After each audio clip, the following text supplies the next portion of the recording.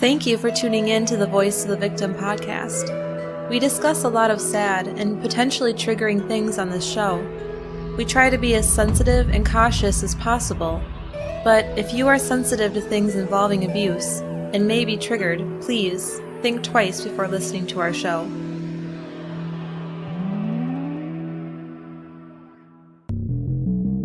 There are over 700,000 sexual offenders in the United States alone. With all social media these days, how can we protect ourselves and our children from these despicable predators? Welcome to the Voice of the Victim podcast, where we share stories of people who experienced horrible things and try to imagine what they went through, as well as look for opportunities that could have made a difference and encourage people to help others that are being abused. We talk about a lot of cases of abuse on our show, and we often use the phrase, if you see something, say something. But what do we need to watch for? We get a lot of anecdotal examples sprinkled throughout our stories that we can identify, but what are specific tactics and actions that we can watch for? Welcome to episode 1 of our new series, Identifying Abuse Tactics.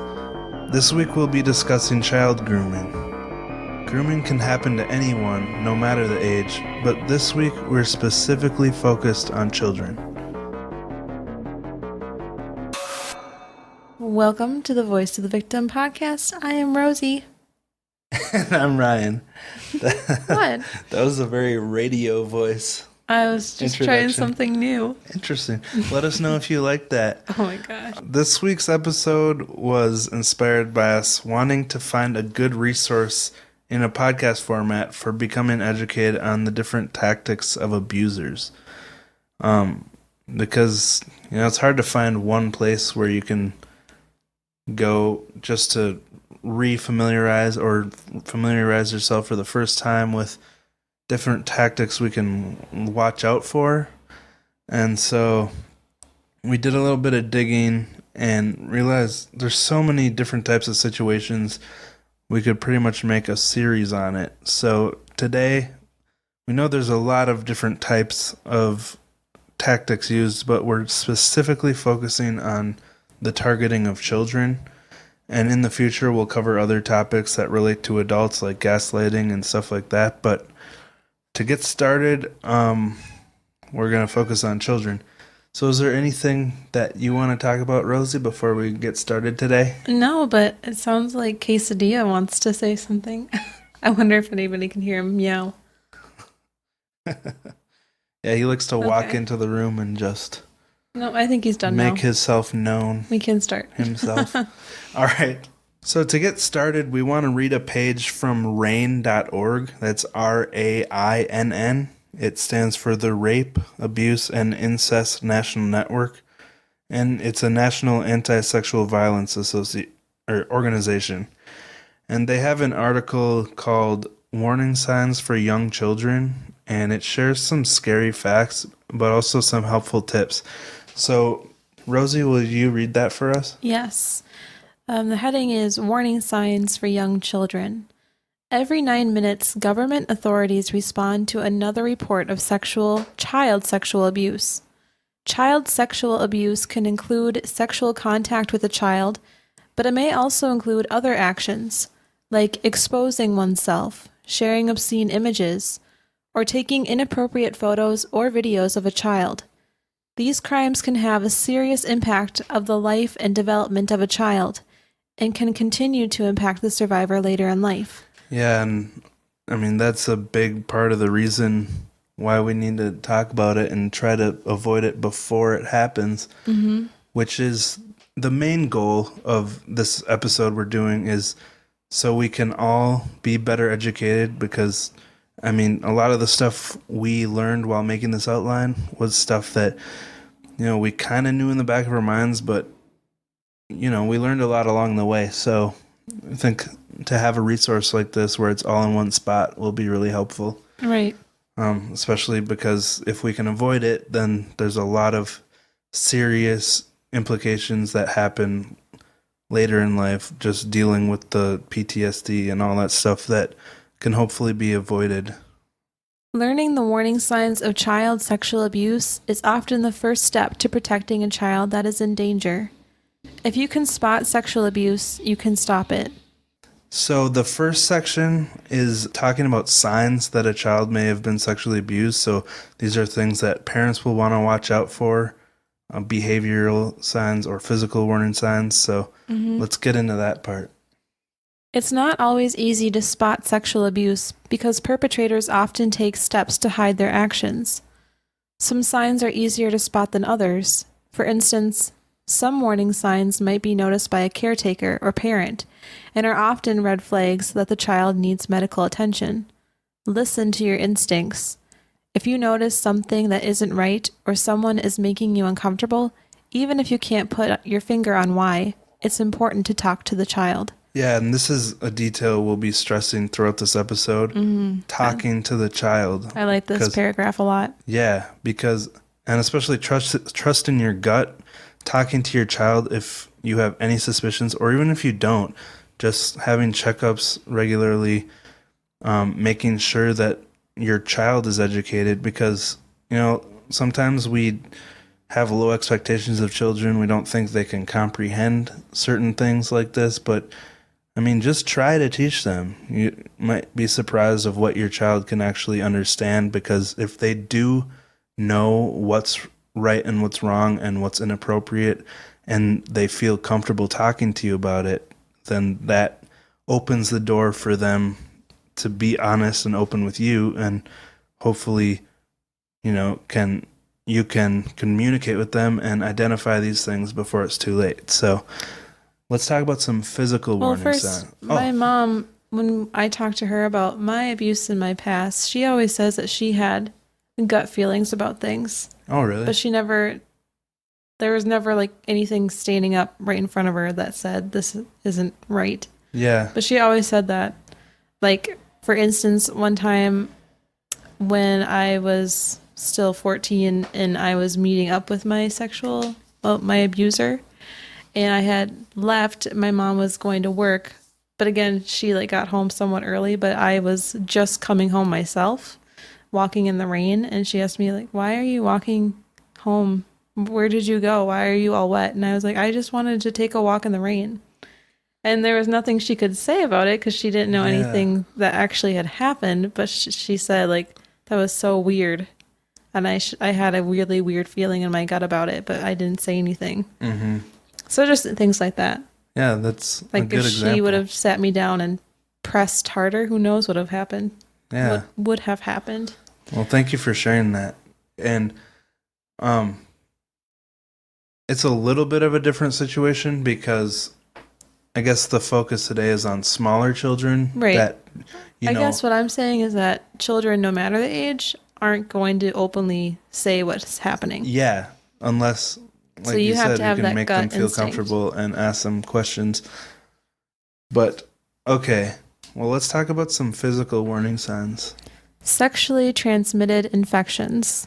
So STIs, something I had to look up, but it's stuff like, herpes, gonorrhea, that obviously a kid shouldn't have sexually transmitted infections, so this one's kind of obvious. Signs of trauma to the genital area, such as unexplained bleeding, bruising, or blood on the sheets. Yeah, there's another thing which seems pretty obvious, really. Yeah.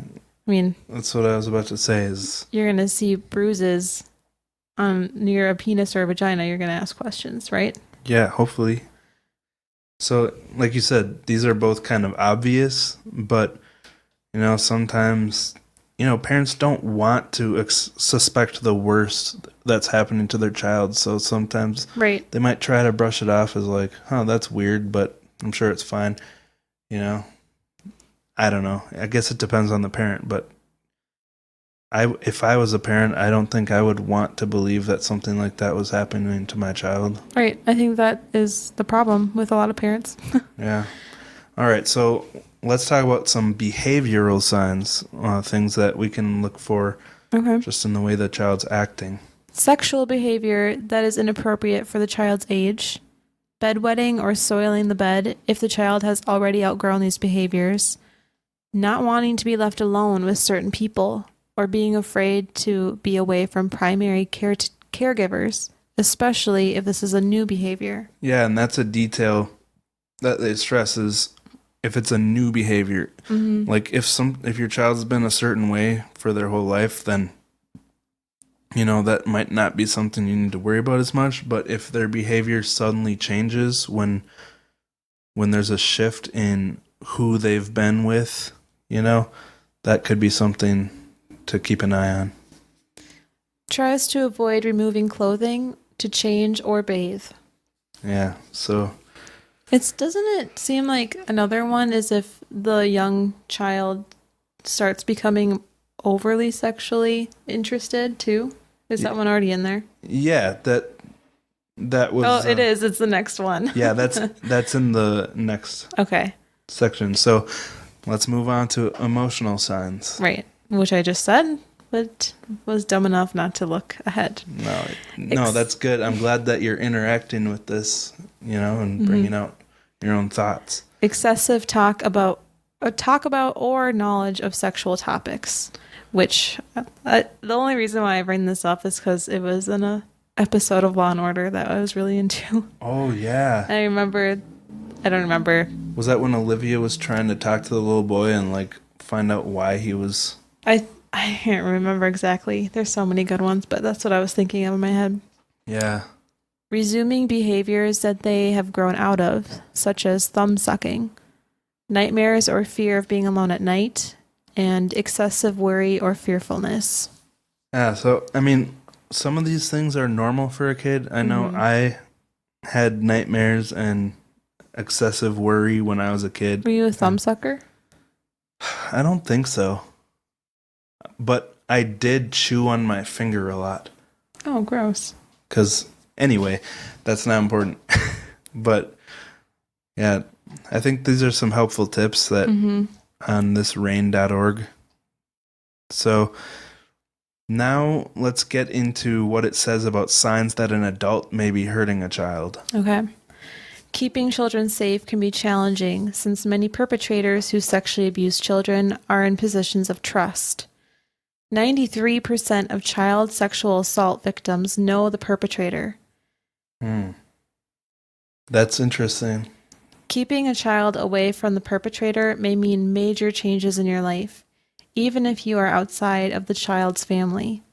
Be cautious of an adult who spends time with children and exhibits the following behaviors. And before we share these behaviors, I just want to say we'll be talking more about grooming after we're done with this little article.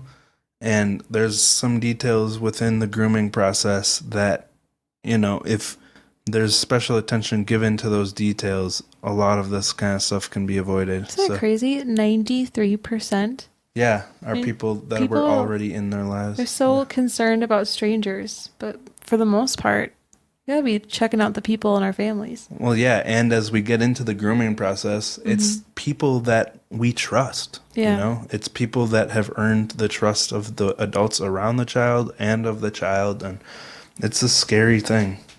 So, these following behaviors are what we should be looking for. So, you want to read those? Does not respect boundaries or listen when someone tells them no. Engages in touching that a child or child's parents/guardians have indicated is unwanted. Tries to be a child's friend rather than filling an adult role in a child's life.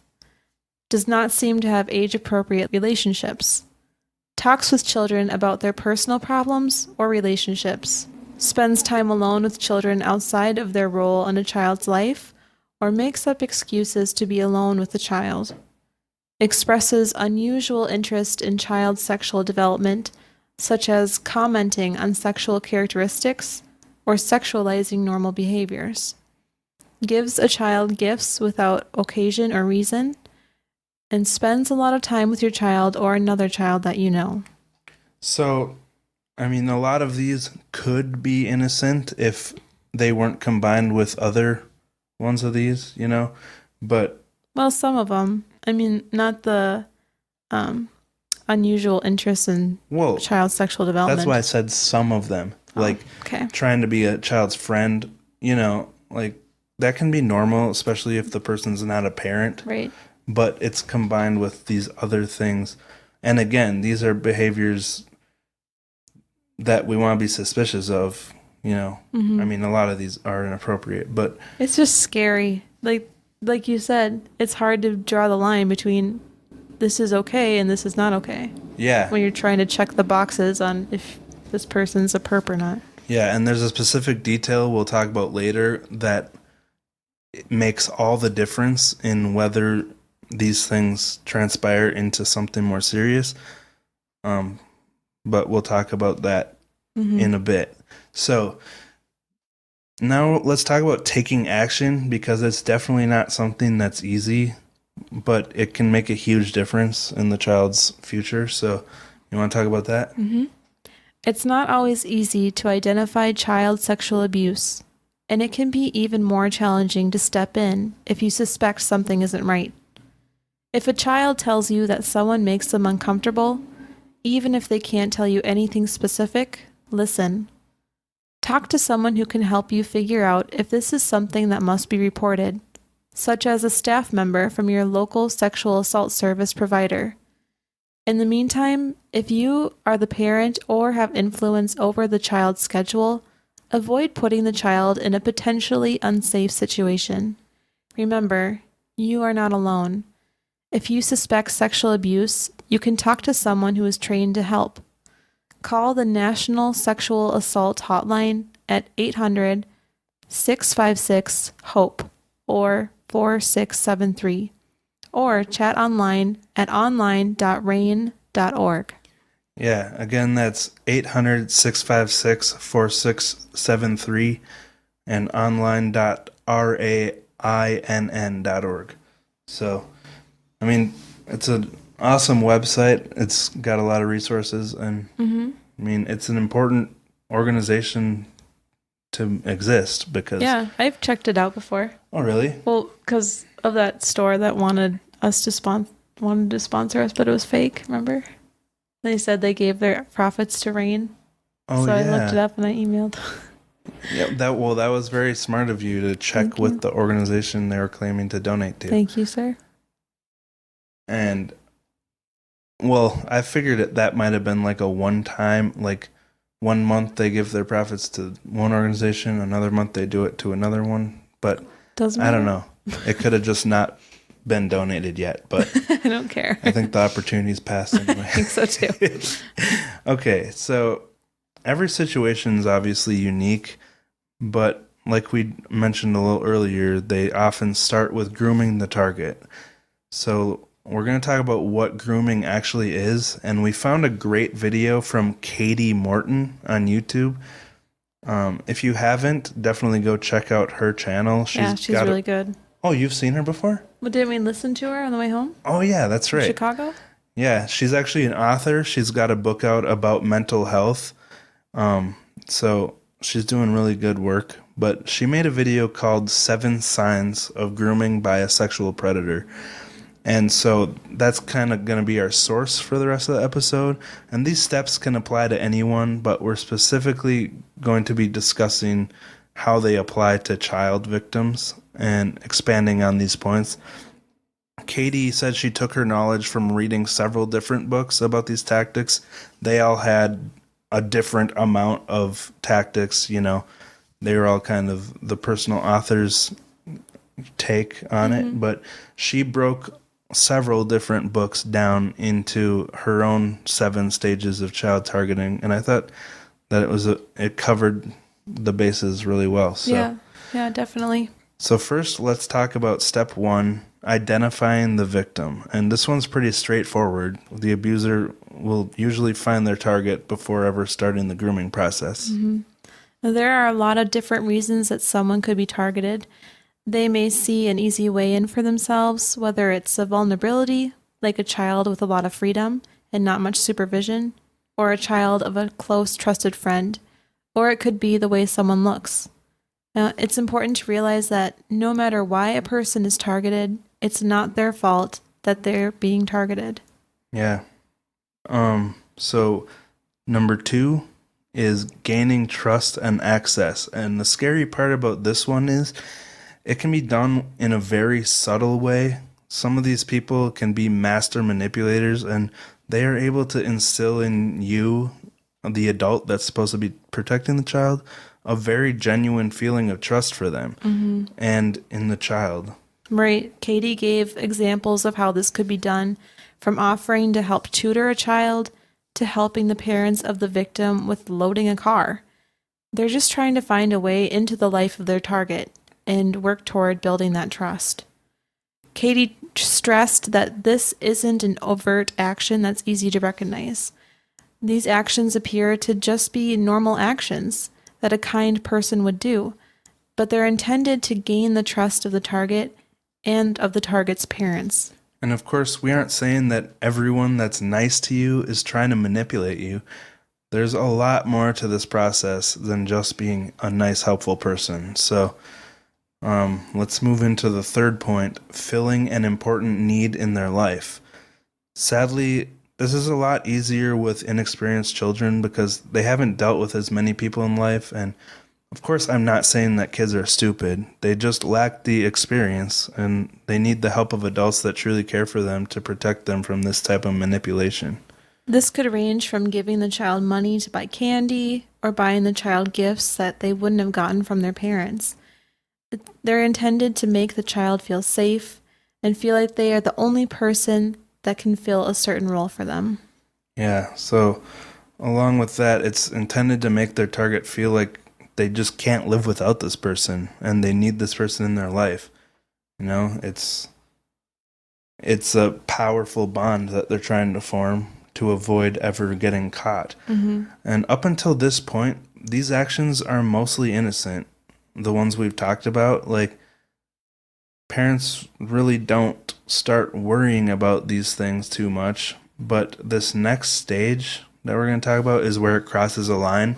And this is what I was talking about earlier when I was like, this is the point where parents can make a huge difference if they just don't let this one thing happen. And let me just say, we don't recommend you let anyone get to this next stage with your child.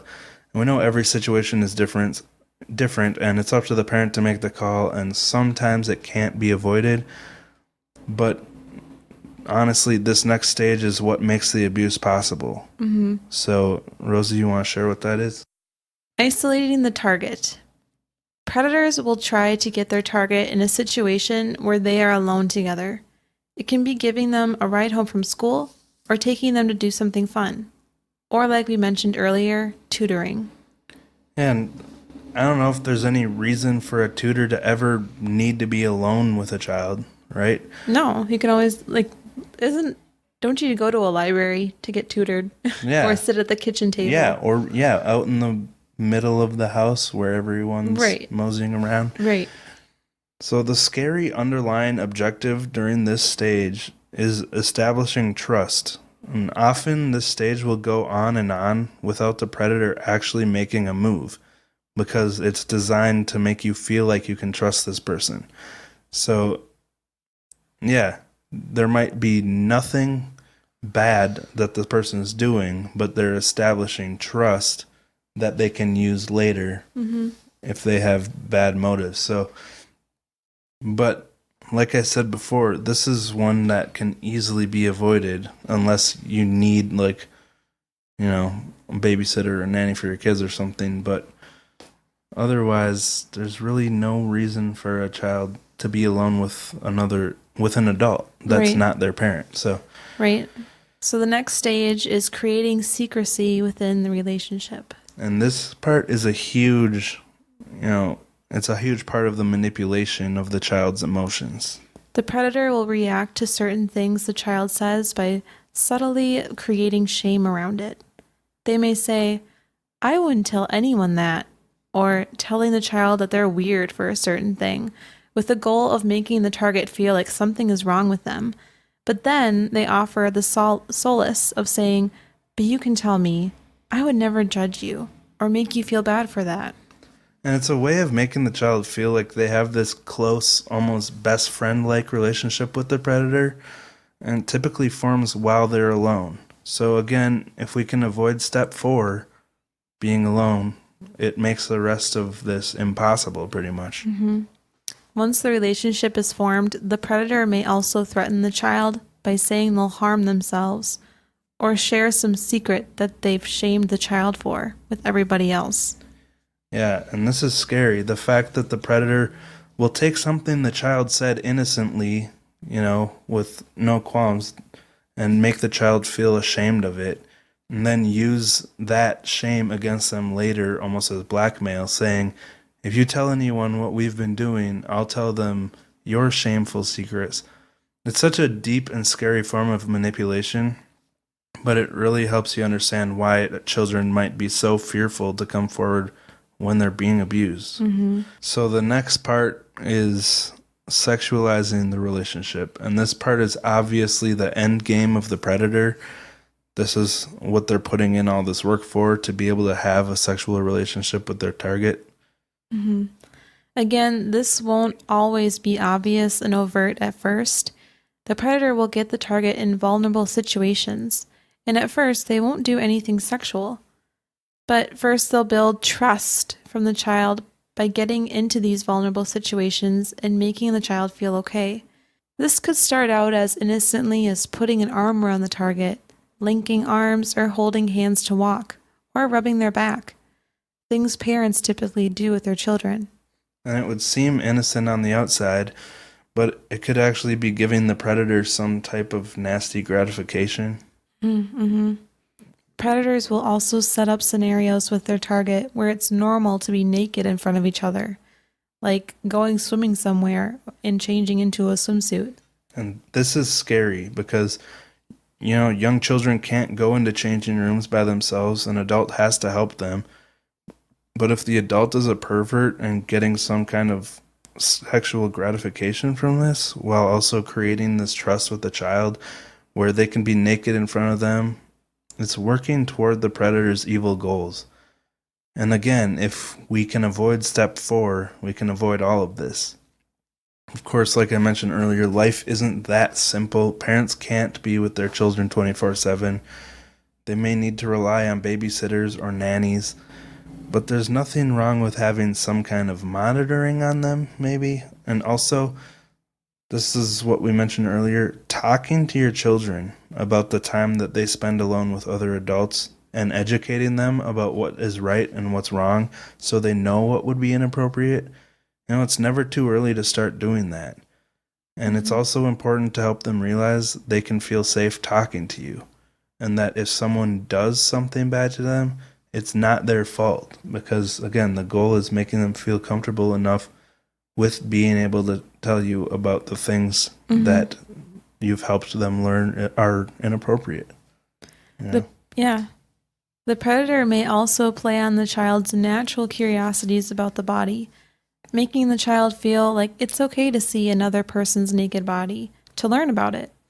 And this should go without saying, but a child cannot consent. So, there's a right way and a wrong way to learn about the human body.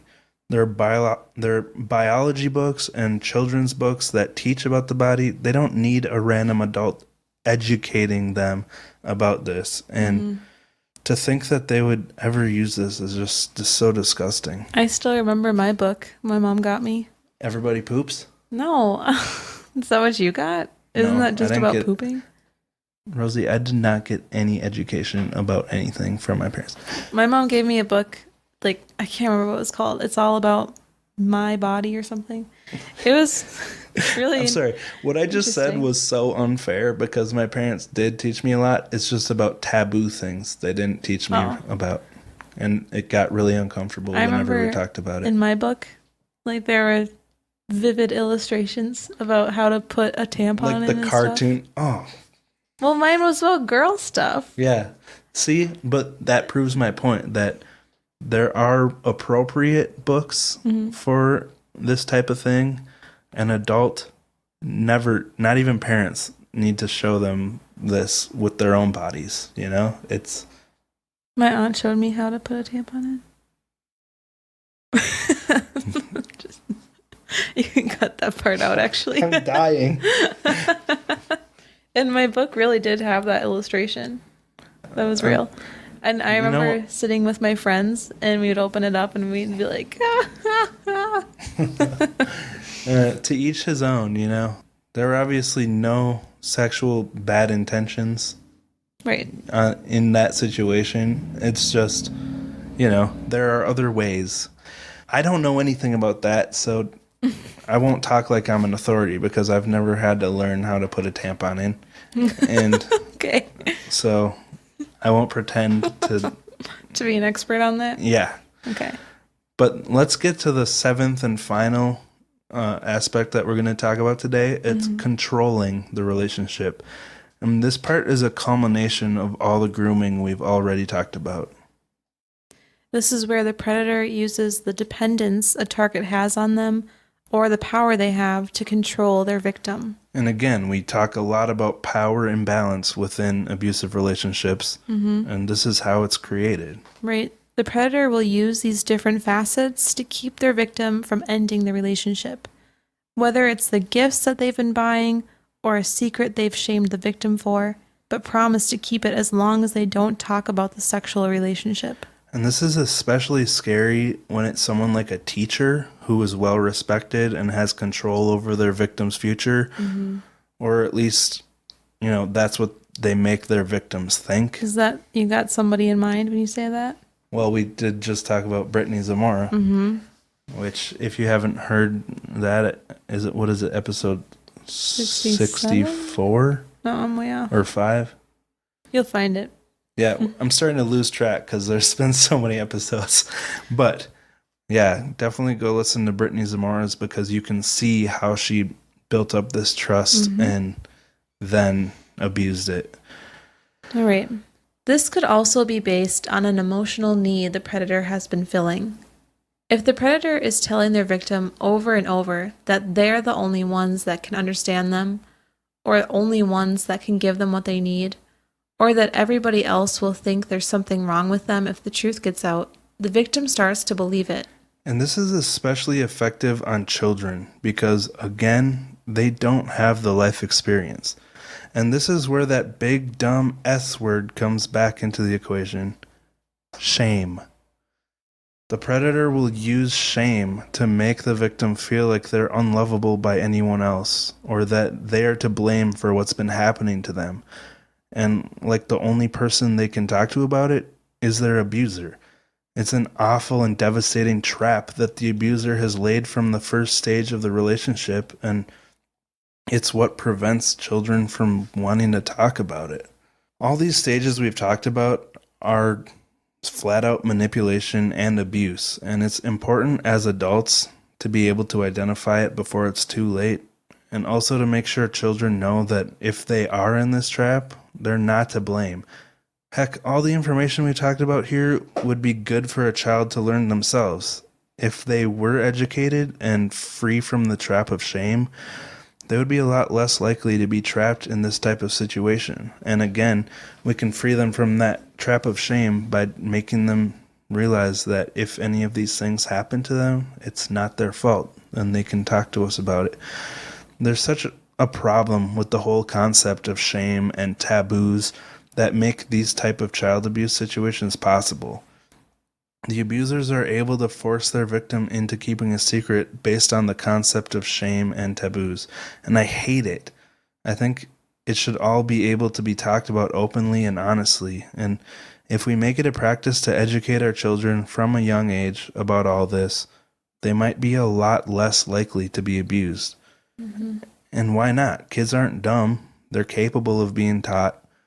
They just can't know things until someone teaches them. So why not start as soon as possible? Yeah. It still baffles my mind that kids aren't given more education in school about sexual abuse. And, you know, like, there's sex ed, and there's, you know, phi ed, pointless classes, really. Yeah, and like, we haven't been in school for a while, so maybe you haven't. maybe it's maybe it's improved since then. But Maybe. all I ever learned, all they ever said about stuff like this was super vague stuff, like Yeah. stranger danger, I mean, expecting are us to we- know what that means. At a modern time where we can talk about sexual abuse and what to look out for. Yeah, especially there's been so much that has come out in the past couple decades about stuff that people in power take advantage of and use to abuse children, and it's something that this generation is a lot more aware of, I think, and why not use that to our advantage to help prevent as much as we can. Right. So you mentioned a video earlier. I did. That you were very passionate about, that you've shown your own children. Right. Well, your nanny children. So me and my boss were kind of talking about it, and my boss found this video, and it is a real DVD. You can buy it. It's Safe Side Super Chick. Oh, it's not on YouTube? Well, I'm sure it is, but this is a physical copy we have. Oh, wow. And the actual name of the movie is Stranger Safety: Hot Tips to Keep Cool Kids Safe, I believe. Wasn't it also called The Safe Side? The Safe Side. That's like the series. There's different movies. Each movie is only like 40 minutes long. Okay, so not too long to lose a child's attention. And they're super silly and like goofy. Like they're not daunting at all. And they're super, I don't know, I think they're good for kids. The one that I've watched with my kids was the Stranger Safety, which isn't exactly, they don't say anything about like strangers touching you in bad places or anything like that. Yeah. But it's a good way to dip your feet in with the conversation, I think. Yeah. A good gateway. You know, if you watch a movie with your kids and then ask them what they think about it. And so some of the highlights that I like about it are the list that they talk about making 3 safe adults, your safe side adults. So the whole point is for the parents to give your kids 3 names, and these are the people that you're safe with, or should be safe with, and these are the ones that you can be alone with. But other adults that come into your safe side circle, it's like a safety circle. But they're not on the list? If they're not on the list, then you should tell your parents. Okay. But I think it's actually it's solid. As long as the wrong person doesn't weasel their way onto that list. Well, yeah, but parents, you need to figure out your list. Exactly. You know? But it's super good. And there's examples, and Safe Side Super Chick gives out safety badges to the kids. Wow. Anyways, one of the examples is this boy, and he's doing homework, and one of his dad's friends comes up to him, puts his hand on the boy's shoulder, which was a huge no-no in the video. Good. And says, "Hey, I've got some really cool toy cars in my car. I don't think your dad will mind if you come out with me and look at them." And the dad's in the house. He's like downstairs watching TV, and all these friends are over. Yeah. And the Safe Side Super Chick's like, "Stop. What do you think we should do?" That's a tactic, is saying, your parents won't mind if you do this. Exactly. And they believe, the kids believe it because it's an adult saying it. So and she says, like, if your parents aren't there, then why is this guy saying that your parents said it was okay when your parents not around? Anyways, it's really good. It's got some solid tips. May I ask, what year was it made? Probably like 07. Oh, really? Okay. Wait. That's what I was thinking, early 2000. Well, Yeah. it just screams 90s to me, but just by hearing the titles. They also have a CD that we've been listening to. Parents, it's going to drive you nuts after a while, but it's good. And it's geared more towards Younger. like under 10. Yeah, I would say from ages like 4 to 10. Oh, good. Are the age group that one's for. But there's a lot of other ones. That's the only one I've seen, though. Cool. Well, that's really good. And corny, yes, but good. But then the other thing we talked about is how a lot of the people that practice this grooming process are people that are already in that safe zone, you know? Well, yeah, but well, I'm not discrediting what you're saying. I'm just, no matter who a person is, you can never trust them 100%. You know, everyone, I mean, even us, every person in existence needs to be constantly kept in check, and we can all help each other with that. These safe side adults are the ones that are allowed to pick you up from school. Like, don't let your coach tell you. And that was another one. Like, the coach was like, "Hey, your mom said I could take you home because she's sick." Yeah. But if it's not on your safe side list, then you can't trust him. again, I'm not discrediting any of these tips. They're all really super important. Good. You know, another thing that I didn't really talk about much in this outline is, you know, we all need to keep ourselves in check as adults. You know. You're saying so much. You're such a Minnesotan right now. You know. Yopers. Oh, for fun. You got to say that in a more Minnesotan accent. Oh, for fun. Oh, for fun. Get a hot dish. Oh my gosh, we're probably pissing off so many people right now. All right, so I think we've talked about this enough, though, for this episode, because we don't want to give too much information and have it be overwhelming. And hopefully it didn't feel like we were just spewing facts at you, because it wasn't much of a story-based episode. It's more of a resource that we wanted to create, like a one-stop. Here's a lot of things about that people will use to groom a child. Remember that video we watched or listened to on the way home from Chicago? Yes. Where an actual ex-child predator was talking about their tactics? Yes. And the biggest thing he stressed is monitor your children's devices. We should get the audio because for that. if the parents would have monitored this guy's victims' devices, there's no way he could have done what he did.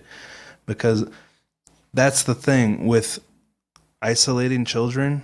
It's so much easier now that there's the internet and mobile devices, because when you're messaging someone, direct messaging, you're alone. That's a private space. Right. And so parents need to be monitoring, especially like under 12. Under 16. Yeah. Okay. Yeah. I mean, it's up to every parent to make the decision, but an ex-perp who was That in was prison. insane. Yeah. There was a couple different guys. Yeah, and they said the biggest thing was the children weren't monitored. But you know what's interesting about that video? They were both guys, and they said that they had asked female predators, and none of them would do it. Only the males. Yeah. Interesting. I wonder what the ratio is, though. There's probably like I think it's probably way more options higher. for guys. Yeah.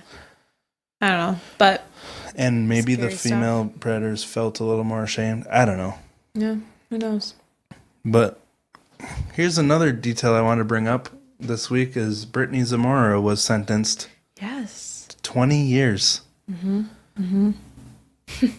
What do you think about that? I'm glad she got 20 years. And a lot of perps don't get that much. I So- think it's setting a good precedent because we talked about it on the car ride home. The situation she put her student in wasn't much different than the situation you experienced personally. And if you haven't heard Rosie's story, that's episode 18. But I think that 20 years is probably a solid chunk of time. yeah, and She's young. She's going to be losing a lot of good years. I know, and I'd like to see more consistency in the sentencing, because like I brought up when we talked about it, your abuser got 3 months. Yeah. There's a huge gap there, and it's it's great to see them taking these things more seriously, but it also shows how recently people have actually started taking this seriously. Well, and we talked about, we think that the more public it is, well, yeah. more publicity you get. That's true, but that shouldn't make a difference, No, it because shouldn't. that's just, judges trying to get the public off their back, if that's the case. Yeah. Where in reality, it should be about, getting justice for the victim. Yeah. And to see such a huge gap in sentencing for pretty much the same action, just within a decade of time, it shows how far people have come as far as recognizing this as a real problem. Mm-hmm. So that's good. Yeah. But at the same time, it's a little disappointing. But that's just me being protective of you. That's really sweet. But anyway, I think that she got a decent crime, or different punishment. Yeah. That's what I'm trying to say. I think that was a solid punishment, because Well, I don't give her any pity, because she knew exactly what she was doing. yeah, and think of the impact that's going to have on her victim the rest of his life. All those people out there that are like, oh, the kid was wanting it. Go to HE double hockey sticks. And that's the word with Rosie. You heard with purr. Anyway. That's all I got. That's it. Okay. There was one more thing. Oh, yeah. We listened to a video interviewing.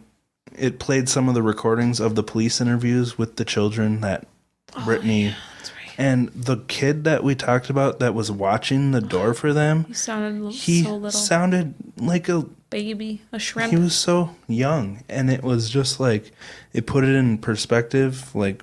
reality, like, holy crap. That's what I think. This kid who she was asking him about his whether he was circumcised or not was such a little kid, and she showed him penises on her phone. Such a problem with people watching movies about like high school, middle school students and assuming that they're like adults, 30-year-olds that play high school students. Like, we gotta put ourselves in perspective, or look at the real who high school students really are. And we're not even talking about high school students, though. This was middle school. Middle school. But my whole point is that we assume so much. I don't know. That's what's nice about Stranger Things is they actually use the real age of kids. But then there's a whole discussion of, is it right to have a child be famous that young? Well, no. Because it's super hard. It's super hard on them. Anyway, that's a whole nother discussion and something we're also not qualified for. So, will you talk about what's our Threadless store address again? Because people keep wanting shirts. Yes, vovpodcast.threadless.com. And I have a new design. We gotta throw it up. Yeah, you should work on that. Or we should work on that. Yeah. All right. Well, thank you all so much for listening. Again, we just wanted to create a podcast format resource for parents and anyone to listen to and familiarize themselves with the tactics of predators.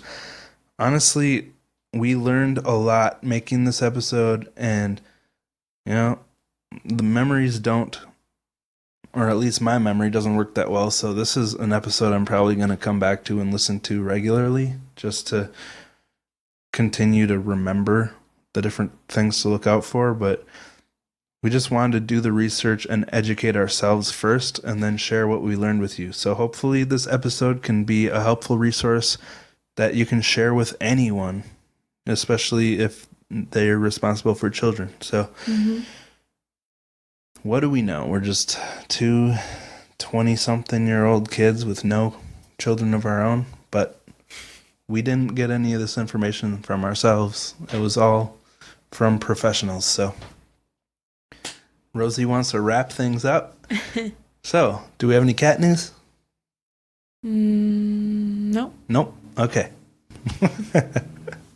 All right. Well,